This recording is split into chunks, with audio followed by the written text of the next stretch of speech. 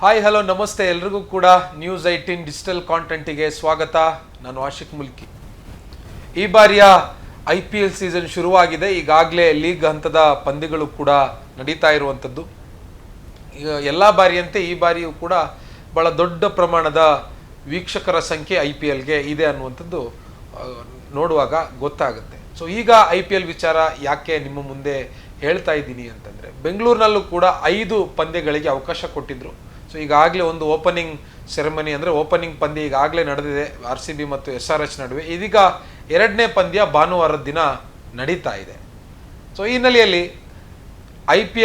IPL ಪಂದ್ಯ ನಡೆಸೋದಕ್ಕೆ IPL ಪಂದ್ಯ ನಡೆಸ್ತಾ ಹುಮ್ಮಸ್ಸಲ್ಲಿರುವಂಥ ಕರ್ನಾಟಕ ಸ್ಟೇಟ್ ಕ್ರಿಕೆಟ್ ಅಸೋಸಿಯೇಷನ್ ಮತ್ತು ರಾಯಲ್ ಚಾಲೆಂಜರ್ಸ್ ಬೆಂಗಳೂರಿಗೆ ಇದೀಗ ಗ್ರೇಟರ್ ಬೆಂಗಳೂರು ಪ್ರಾಧಿಕಾರ ಶಾಕ್ ಕೊಟ್ಟಿರುವಂಥದ್ದು. ಬಹಳ ಅದ್ಧೂರಿಯಾಗಿ IPL ಪಂದ್ಯ ನಡೆಸ್ತಾ ಇದ್ದೀರಿ, ಆದರೆ ಈ ಒಂದು ವಿಚಾರದಲ್ಲಿ ನೀವು ಎಡವಿದ್ದೀರಿ ಅನ್ನುವಂಥ ಒಂದು ನೋಟಿಸನ್ನು GBA ಇಂದ ಇದೀಗ KCA ಮತ್ತು RCBಗೆ ಹೋಗಿರುವಂಥದ್ದು. ಹಾಗಾದ್ರೆ ಏನು ವಿಚಾರಕ್ಕೆ ಹೋಗಿದೆ, ಯಾಕೆ ಗ್ರೇಟರ್ ಬೆಂಗಳೂರು ಪ್ರಾಧಿಕಾರ KCAಗೆ IPL ಸಂದರ್ಭದಲ್ಲೇ ನೋಟಿಸನ್ನು ಕೊಟ್ಟಿದೆ ಅನ್ನುವಂಥದ್ರ ಬಗ್ಗೆ ಇವತ್ತಿನ ಈ ವಿಡಿಯೋದಲ್ಲಿ ನಾವು ನೋಡ್ತಾ ಹೋಗೋಣ. ಈಗಾಗಲೇ ಮೊನ್ನೆ ನಡೆದಂತಹ ಪಂದ್ಯದಲ್ಲಿ RCB SRH ವಿರುದ್ಧ ಒಂದು ಅದ್ಧೂರಿಯಾಗಿರುವಂಥ ಗೆಲುವನ್ನು ಸಾಧಿಸಿತು. ಭಾನುವಾರ ಚೆನ್ನೈ ಸೂಪರ್ ಕಿಂಗ್ಸ್ ವಿರುದ್ಧ ಮತ್ತೊಂದು 2ನೇ ಪಂದ್ಯಕ್ಕೆ ರಾಯಲ್ ಚಾಲೆಂಜರ್ಸ್ ಬೆಂಗಳೂರು ಅವರು ಕಣಕ್ಕಿಳಿತಾ ಇರುವಂಥದ್ದು. ಸೊ ಈ ಒಂದು ಪಂದ್ಯ ನಡೀತಾ ಇರುವಂಥದ್ದು ಐತಿಹಾಸಿಕ ಚಿನ್ನಸ್ವಾಮಿ ಕ್ರೀಡಾಂಗಣದಲ್ಲಿ ಈಗಾಗಲೇ ಎಲ್ಲ ಸಿದ್ಧತೆಗಳು ಕೂಡ ಆಗಿದೆ. ನಾಳೆ ಅದ್ಧೂರಿಯಾಗಿ ಪಂದ್ಯವನ್ನು ನಡೆಸೋದಕ್ಕೆ ಸಿದ್ಧತೆಗಳನ್ನು ಕೂಡ ಮಾಡಿಕೊಂಡಿರುವಂಥದ್ದು.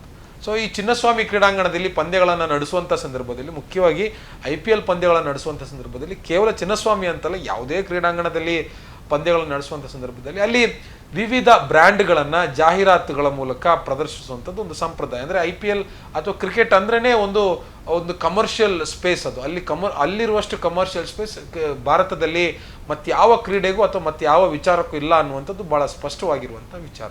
ಸೊ ಕೋಟ್ಯಾಂತರ ರೂಪಾಯಿ ಒಂದು ಪಂದ್ಯದ ದಿನನೇ ಒಂದು 3 ತಾಸು, ಅಂದರೆ ಒಂದು T20 ಆದರೆ ಒಂದು 3-4 ತಾಸಿನ ಪಂದ್ಯದ ಅವಧಿ ಏನಿದೆ, ಆ 4 ತಾಸಿನ ಅವಧಿಯಲ್ಲೇ ಬರೋಬ್ಬರು 100-150 ಕೋಟಿ 200 ಕೋಟಿ ರೂಪಾಯಿ ವ್ಯವಹಾರ ಆಗೋಗುತ್ತೆ ಅನ್ನುವಂಥದ್ದು ಬಹಳ ಮುಖ್ಯ ವಿಚಾರ. ಅಂತ ವ್ಯವಹಾರ ಅಂತಂದರೆ ಅಡ್ವರ್ಟೈಸ್ಮೆಂಟ್ ಅಲ್ಲಿ ಅಷ್ಟು ಪ್ರಾಮುಖ್ಯತೆಯನ್ನು ಪಡೆಯುತ್ತೆ. ತರವೇಹಾರಿ ಬ್ರ್ಯಾಂಡ್ಗಳು ಅದು ಅಡ್ವರ್ಟೈಸನ್ನು ಕೊಡೋದಕ್ಕೆ ಈ IPL ಸಮಯದಲ್ಲಿ ತುದಿಗಾಲಲ್ಲಿ ನಿಂತಿರ್ತಾರೆ. ಕೆಲವ್ರಿಗೆ ಸಿಗುತ್ತೆ, ಕೆಲವ್ರಿಗೆ ಸಿಗಲ್ಲ. ಸೊ ಈಗ ಚಿನ್ನಸ್ವಾಮಿ ಕ್ರೀಡಾಂಗಣದಲ್ಲಿ ಪಂದ್ಯ ನಡೆಯುವಂಥ ಸಂದರ್ಭದಲ್ಲಿ ಅಡ್ವರ್ಟೈಸ್ಮೆಂಟ್ಗಳನ್ನು ಪ್ರದರ್ಶನ ಮಾಡ್ತಾರೆ ಅನ್ನುವಂಥದ್ದು ನಮಗೆಲ್ರಿಗೂ ಕೂಡ ಗೊತ್ತಿದೆ. ಆದರೆ ಈ ಅಡ್ವರ್ಟೈಸ್ಮೆಂಟನ್ನು ಜಾಹೀರಾತನ್ನು ಪ್ರದರ್ಶನ ಮಾಡೋದಕ್ಕೆ RCB ಆಗಲಿ ಅಥವಾ ಚಿನ್ನಸ್ವಾಮಿ ಕ್ರೀಡಾಂಗಣದ ಒಡೆತನ ಹೊಂದ್ಕೊಂಡಿರುವಂಥ Karnataka state cricket association KCA ಅವರು ಗ್ರೇಟರ್ ಬೆಂಗಳೂರು ಪ್ರಾಧಿಕಾರದಿಂದ ಪರ್ಮಿಷನ್ ತಗೊಂಡಿಲ್ಲ ಅನ್ನುವಂಥದ್ದು ಈಗಿರುವಂಥ ಪ್ರಶ್ನೆ. ಅದೇ ಕಾರಣಕ್ಕೆ 3-4 ದಿನಗಳ ಹಿಂದೆನೇ KCAಗೆ GBA ಅಂತಂದರೆ GBA ವ್ಯಾಪ್ತಿಯ ಕೇಂದ್ರ ನಗರ ಪಾಲಿಕೆಯ ಅಧಿಕಾರಿಗಳು, ಬ್ಯಾಂಗ್ಳೂರು ಸಿಟಿ ಸೆಂಟ್ರಲ್ ಕಾರ್ಪೊರೇಷನ್ನ ಅಧಿಕಾರಿಗಳು ಒಂದು ನೋಟಿಸನ್ನು ಕೊಟ್ಟಿದ್ದಾರೆ. ನೋಟಿಸನ್ನು ಕೊಟ್ಟು ನೀವು GBA ಆ್ಯಕ್ಟ್ 2020 ಸೆಕ್ಷನ್ 158 ಇಲ್ಲಿ ಭಾಳ ಕ್ಲಿಯರ್ ಆಗಿ ಸ್ಪಷ್ಟವಾಗಿ ಉಲ್ಲಂಘನೆಯನ್ನು ಮಾಡಿದ್ದೀರಿ. ನೀವು ಉಲ್ಲಂಘನೆಯನ್ನು ಹೇಗೆ ಮಾಡಿದ್ದೀರಿ, ಏನೆಲ್ಲ ಕ್ರಮಗಳಾಗುತ್ತೆ ಅನ್ನುವಂಥದ್ರ ಬಗ್ಗೆ ಒಂದು ಶೋಕಾಸ್ ನೋಟಿಸನ್ನು ಇಶ್ಯೂ ಮಾಡಿ ಕೊಟ್ಟಿರುವಂಥದ್ದು. ಸೊ ಆ ನೋಟಿಸ್ನಲ್ಲಿ ಏನೇನಿದೆ ಅಂತಂದರೆ, GBA ಬೈಲಾ 2020 ಪ್ರಕಾರ 158ರ ಸೆಕ್ಷನ್ ಅಡಿಯಲ್ಲಿ ನೀವು ಒಂದು ಜಾಹೀರಾತನ್ನು ಪ್ರದರ್ಶನ ಮಾಡ್ತಿದ್ದೀರಿ ಅಂತಂದರೆ ಅದಕ್ಕೂ ಮೊದಲು ನೀವು GBAಗೆ ಅಂದರೆ ಸಂಬಂಧಪಟ್ಟ ನಗರ ಪಾಲಿಕೆಗಳಿಗೆ ಒಂದು ಮನವಿ ಪತ್ರವನ್ನು ಕೊಡಬೇಕಾಗುತ್ತೆ. ಅದನ್ನು ಸಂಬಂಧಪಟ್ಟ ಅಧಿಕಾರಿಗಳು ವಿಚಾರಣೆಯನ್ನು ಮಾಡಿ ನಿಮಗೆ ಪರ್ಮಿಷನ್ ಕೊಡಬೇಕು ಬೇಡವೋ ಅಂತ ಡಿಸೈಡ್ ಮಾಡ್ತಾರೆ. ಪರ್ಮಿಷನ್ ಕೊಡೋದೇ ಆಗಿದ್ರೆ ಅದಕ್ಕೆ ಒಂದಿಷ್ಟು ಫೀಸ್ ಅಂತ ಇದೆ, ಶುಲ್ಕವಂತಿದೆ. ಅದನ್ನು ಅದು IPL KCA ಇರಲಿ, RCB ಇರಲಿ ಅಥವಾ ಬೇರೆ ಯಾರೇ ಇದ್ರೂ ಕೂಡ ಅದನ್ನು GBAಗೆ ಅಂದರೆ ಸಂಬಂಧಪಟ್ಟ ನಗರ ಪಾಲಿಕೆಗಳಿಗೆ ಪಾವತಿ ಮಾಡಬೇಕಾಗಿರುವಂಥದ್ದು ಕಡ್ಡಾಯ. ಸೊ ಈಗ KCA ಅವರು ಅದನ್ನು ಮಾಡಿಲ್ಲ ಅನ್ನುವಂಥದ್ದು ಈ ನೋಟಿಸನ್ನು ಕೊಡೋದಕ್ಕೆ ಇರುವಂಥ ಮುಖ್ಯ ಕಾರಣ.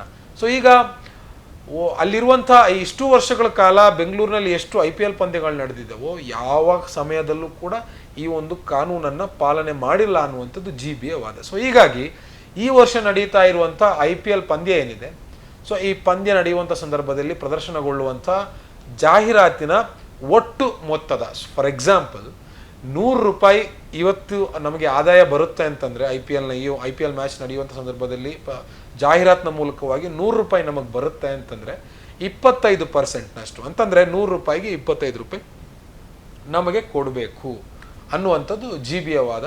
ಸೊ ಅದಾದ ಮೇಲೆ ಒಂದೊಮ್ಮೆ ಕೊಡೋದಕ್ಕೆ ಒಪ್ಕೊಂಡಿಲ್ಲ ಅಂತಂದರೆ ಕಾನೂನು ರೀತಿಯ ಕ್ರಮಗಳನ್ನು ಕೈಗೊಳ್ಳೋದಕ್ಕೆ ಇದೀಗ GBA ಅವರು ನೋಟಿಸ್ನಲ್ಲಿ ಉಲ್ಲೇಖ ಮಾಡಿರುವಂಥದ್ದು. ಕಾನೂನು ರೀತಿಯ ಕ್ರಮ ಏನು ಅಂತಂದರೆ, ಒಂದು 2 ಲಕ್ಷ ರೂಪಾಯಿವರೆಗೂ ಕೂಡ ದಂಡ ಬೀಳಬಹುದು, ಅಥವಾ 1 ವರ್ಷದ ಜೈಲು ಶಿಕ್ಷೆಗೂ ಕೂಡ ಈ ಒಂದು ಪ್ರಕರಣ ಅವಕಾಶವನ್ನು ಮಾಡಿಕೊಡಬಹುದು. ಅಂದರೆ ಕ್ರಮಗಳು ತಗೊಳ್ಳೋದಕ್ಕೆ ಅಷ್ಟು ಅವಕಾಶ ಇದೆ, ಜೈಲಿಗೆ ಕಳಿಸ್ತಾರೆ ಅಂತಲ್ಲ, ಸೊ ಅಷ್ಟು ಅವಕಾಶ ಇದೆ ಕಾನೂನಿನಲ್ಲಿ ಅನ್ನುವಂಥದ್ದು GBA ಅಧಿಕಾರಿಗಳ ವಾದ.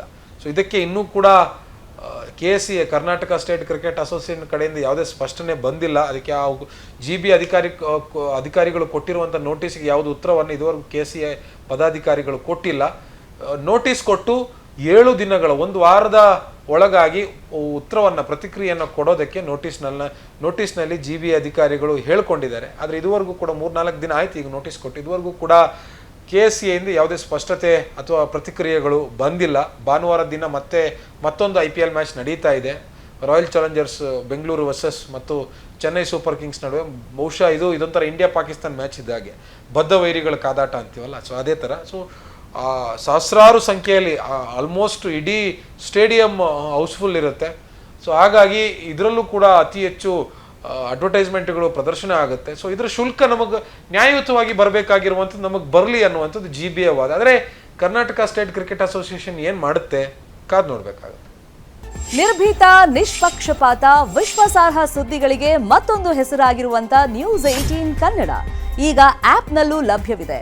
ದಯವಿಟ್ಟು ಇಲ್ಲಿರುವಂತ QR ಕೋಡ್ ಸ್ಕ್ಯಾನ್ ಮಾಡಿಕೊಂಡು ಆಪ್ ಡೌನ್ಲೋಡ್ ಮಾಡೋದಕ್ಕೆ ಮರಿಬೇಡಿ. ನಿಮ್ಮ ಬೆಂಬಲ ಹೀಗೆ ಸದಾ ನಮ್ಮೊಂದಿಗಿರಲಿ. ಧನ್ಯವಾದ.